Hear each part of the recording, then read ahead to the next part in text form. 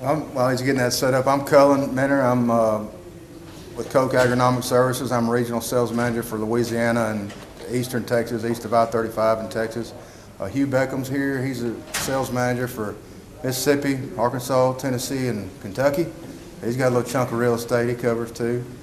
And Dave, are you in here?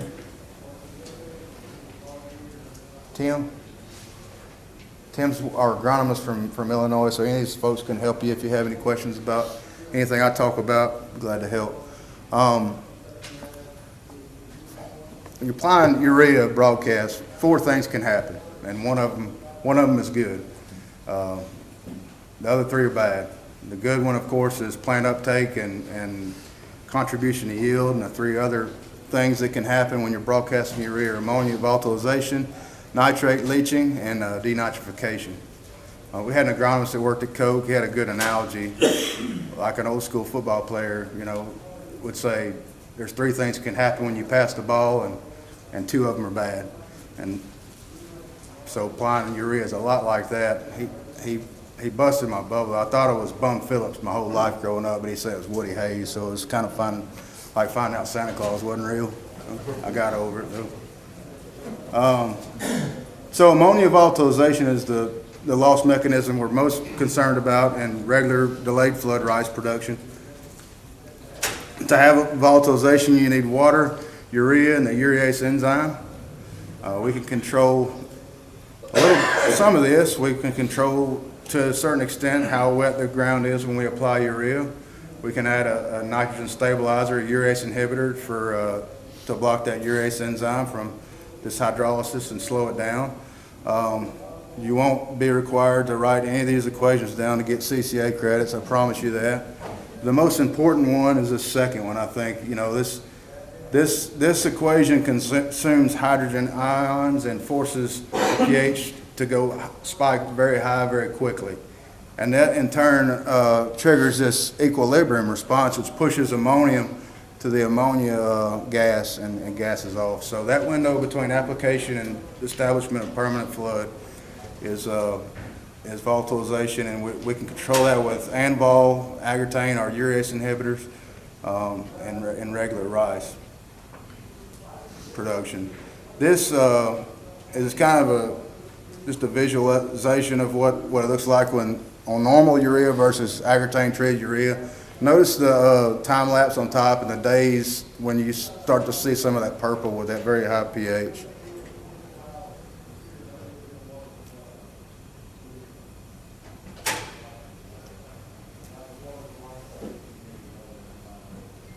So you see around, I can start seeing around day 2, a little bit after you start seeing that very high spike, and you notice the urea with Agritane, you're not seeing that. So that's how we're controlling loss to the atmosphere with these urease inhibitors. I always have this slide in most presentations I give because I get the question. I used to a lot when I dealt more directly with farmers. I just caught a 1/4 inch of rain. Should I crank my pumps or just let it ride? And if you caught a 1/4 inch of rain, this data says go ahead and crank your pumps and finish incorporating that urea. Because to feel secure, to get enough to incorporate where volatilization is not an issue, you really need 1/2 inch of rain. 0.8 inches incorporates enough where there's zero threat of volatilization. This is some work Dustin Harrell actually did in 2014. This is strictly volatilization, dry soil, wet soil. It's got urease inhibitors added. I put this slide because in a regular rice field, you got flat ground, and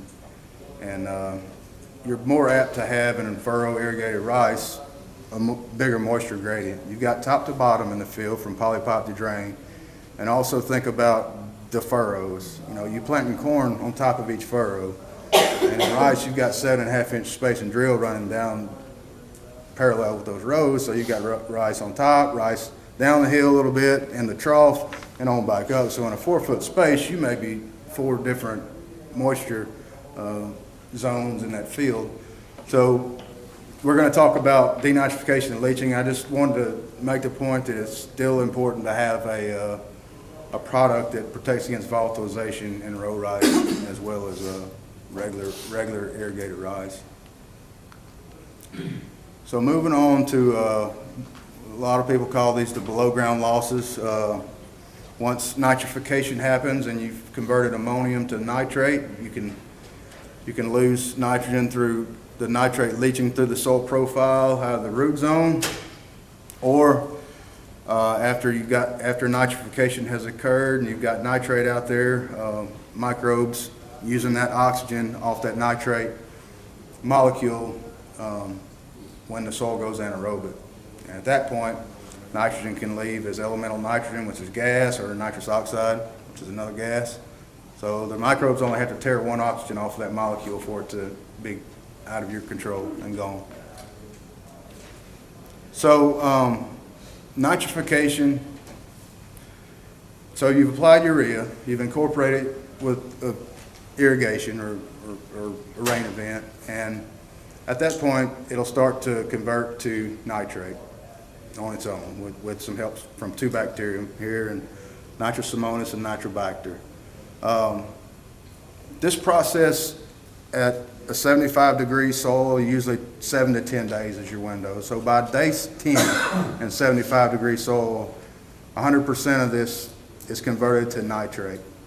So in row rice, if you've applied nitrogen, urea, incorporated or irrigated, and then waiting for it to dry back out, if that window is 7 to 10 days, you probably a bunch of this ammonium that's converted to nitrate.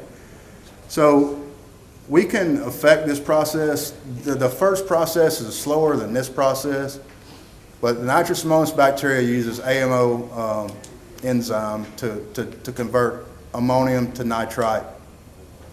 So we can use DCD and pronitridine, another nitrification inhibitor that we have, to act like our urease inhibitors. It fills an active site on that enzyme and blocks that ammonium from entering that site, and we slow this process, keeping it in ammonium form longer and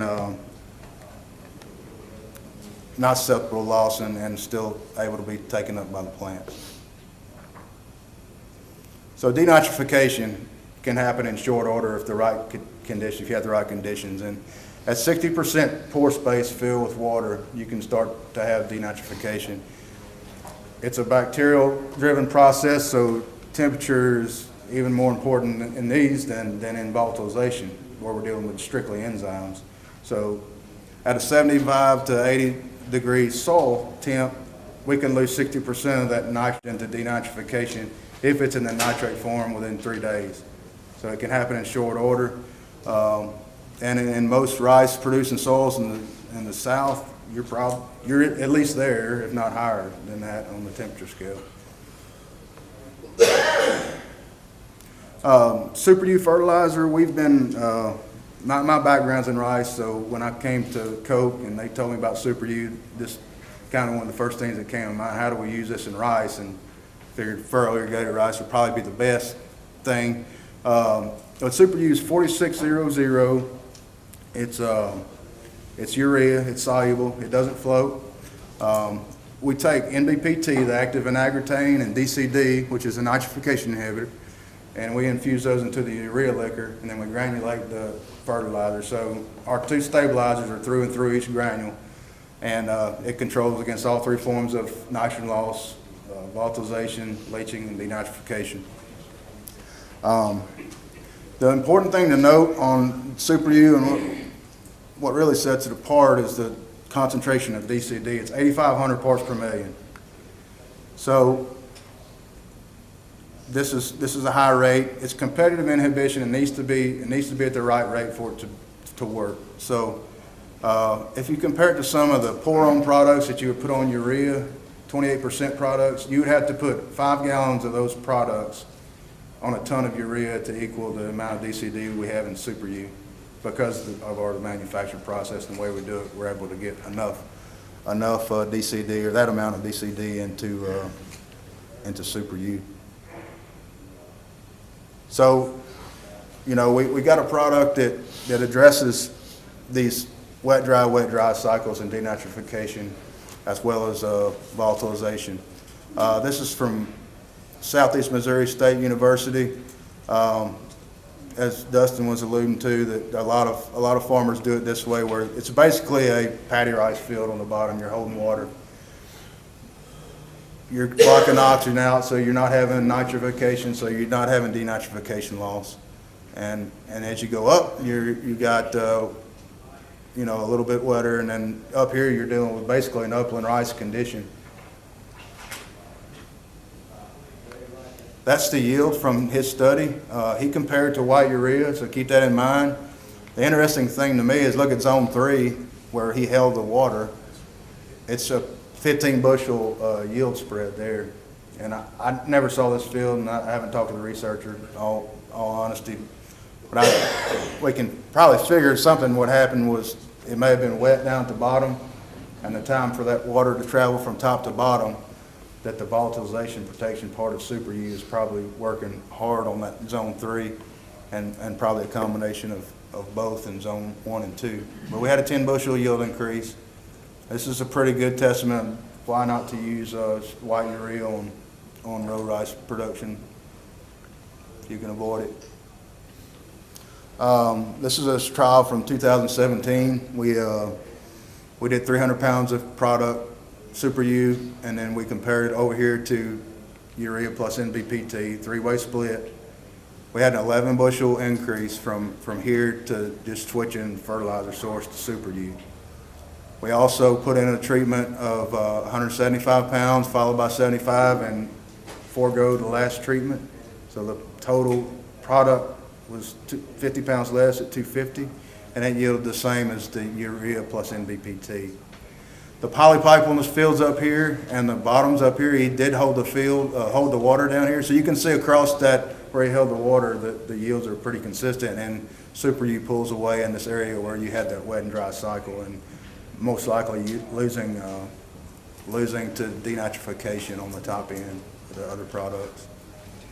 2008, this is another large-scale strip trial. And this one was just south of Rice Tech RFYT, which is up here. All these field trials were done with Rice Tech hybrids, because if you ever walked up to an ag pilot with a clipboard in your hand and you got him to do something, you sure don't want a blast out break to negate that trouble that he went through to put it out. So,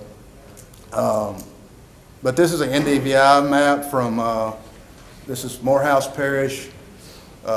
And this is another product. It's not agrotane, not involved, but another product, and then Superdude. And what's encouraging is the yield, comparing the yield map to the NDVI imagery. And so polypipe, you know, and Superdude did what we would expect it to do. You know, it carried that yield from the flooded area up to where there was intermittent flood. This is some work that Dustin and his team did in Crowley this year at LSU, and we compare agrotane treated urea to Superdude, and you notice a nice trend here. So what's cool about this is any delta you see from between these treatments is we can attribute to the denitrification protection. We wish we'd have put white urea in there, because you could have seen volatilization and then the below ground protection and stair-step effect, hopefully, but next year, we'll do it next year. So you see a consistent trend there. This is another yield trial from this past year in Morehouse Parish, again on a different grower. This is Superdude, 221 bushels. I believe this is Gemini he grew this on. And then another product on the other half of the field, we had a 23 bushel yield response, a net advantage per acre of $108 of profit.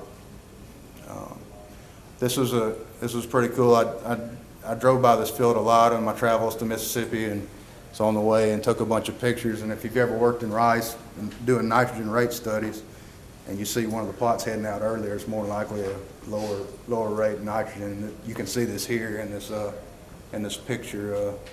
So that was pretty neat to watch.